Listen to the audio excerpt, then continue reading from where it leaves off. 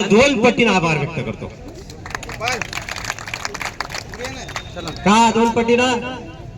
कारण की तुम्ही आता जाऊन त्यांना सांगणार की आम्ही मोर्चात गेलो होतो, आम्ही आमच्या मागण्या मांडल्या, येताना खिचडी खाऊन आलो आणि नंतर पाय मग तू काय झालं।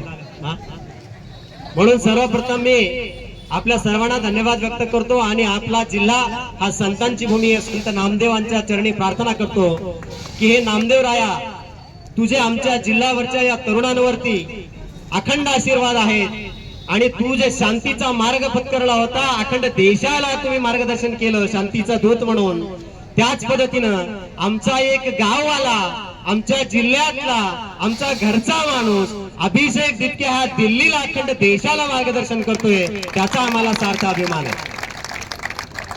आणि निश्चितपणे त्या पावलावर पाऊल ठेवून आपण शांततेच्या मार्गाने हा मोर्चा यशस्वी करायचा आहे। आणि आज आपला जो मोर्चा आहे त्यामधले जे प्रथम मुद्दे आहेत, आपल्याला त्या मुद्द्यावरती आपण चर्चा करू। आमचं शासनाला एवढंच म्हणणं आहे की आमचा पहिला मुद्दा आहे एमपीएससी मार्फत घेण्यात येणाऱ्या सर्व स्पर्धा परीक्षा ह्या ऑफलाईन पद्धतीने घेण्यात याव्यात। हो ना रे बाबा, ऑफलाईन पद्धतीने पाहिजे ना आपल्याला, ऑनलाईन पद्धतीने कशासाठी नको?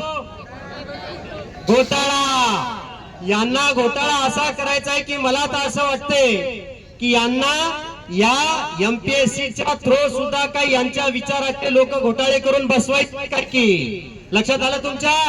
म्हणून यांना आपल्या गरीबाचं लेकरू नकोय, आपल्या शेतकऱ्याचं लेकरू नकोय, यांना परंपरागत त्यांच्या विचाराचा एखादा माणूस तिथं बसवायचा आहे। म्हणून यांनी हा घोटाळ्याचं स्वरूप फक्त दाखवता आलं नाही, त्याने अदृश्य पद्धतीनं ऑनलाईन पद्धतीनं जी आर काढला आणि त्या पद्धतीनं चालू केलंय।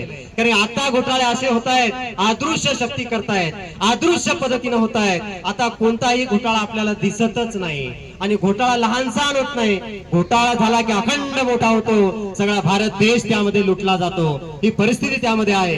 दुसरी मागणी आमची अशी आहे, शासनातील विविध विभागातील सर्व रिक्त पदांची जाहिरात तात्काळ काढून ती पदे त्वरित भरण्यात यावीत। हो ना, बरोबर आहे ना?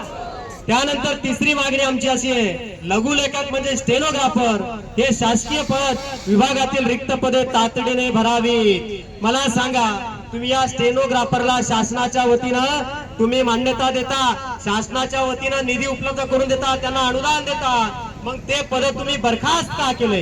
ते पद मृत का केले? तुम्ही एकीकडून तिकडे मांडणे पद तुम्हाला अनुदान द्यायचं ते शिक्षण शिकायसाठी आणि एकीकडे तुम्ही स्टेनोग्राफरचा मुद्दा फोडून काढायचा आणि ते पदच रद्द करायचं, ही कोणती पद्धत आहे? हे सुद्धा आमचं मागणी आहे। त्यानंतर